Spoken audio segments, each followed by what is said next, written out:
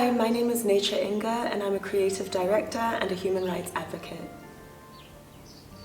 I believe we should invest in education about and surrounding the issue of consent. Consent is not spoken about nearly enough in Botswana, and it's an issue that is extremely important in addressing the alarming rates of GBV.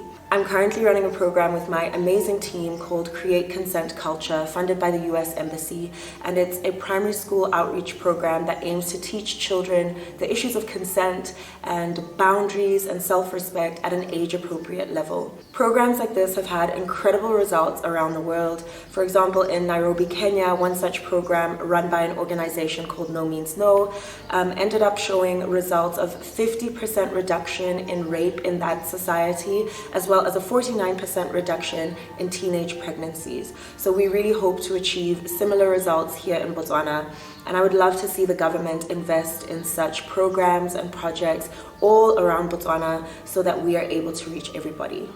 Age-appropriate education surrounding consent really means that every child at every age is able to understand and grasp the concept really easily. It is 100% a fact that consent can be taught at any age. I think there's a lot of fear and concerns that issues of sex or sexual nature will be discussed with children, and that's simply not the case at all. For children that are under the age of 12, sex will never be mentioned in any way, shape, or form. We simply teach them how to respect their bodies, how to express what they feel comfortable with and what they're not comfortable with, how to talk to their parents, their teachers, and other responsible adults if they feel that people have crossed those boundaries. We play fun games, we read educational books, and really sex is never mentioned at all. But if a child can understand that they have a right to say no to a hug, for example, then they will obviously be able to understand that anything more than that or beyond that should also be reported and spoken about, and they have the right to discuss that they're not comfortable with it. It's important to know that you're allowed to withdraw your consent at any time, you're allowed to change your mind, and what applies for some people does not apply to others. For example, I love to hug my friends, my family, people that are close to me. I don't quite feel the same about hugging strangers. And that is a conversation that one can easily have with a child to express and explain that you're allowed to choose who you feel like being intimate with, who's allowed to touch you in certain ways and who isn't, what is safe touch.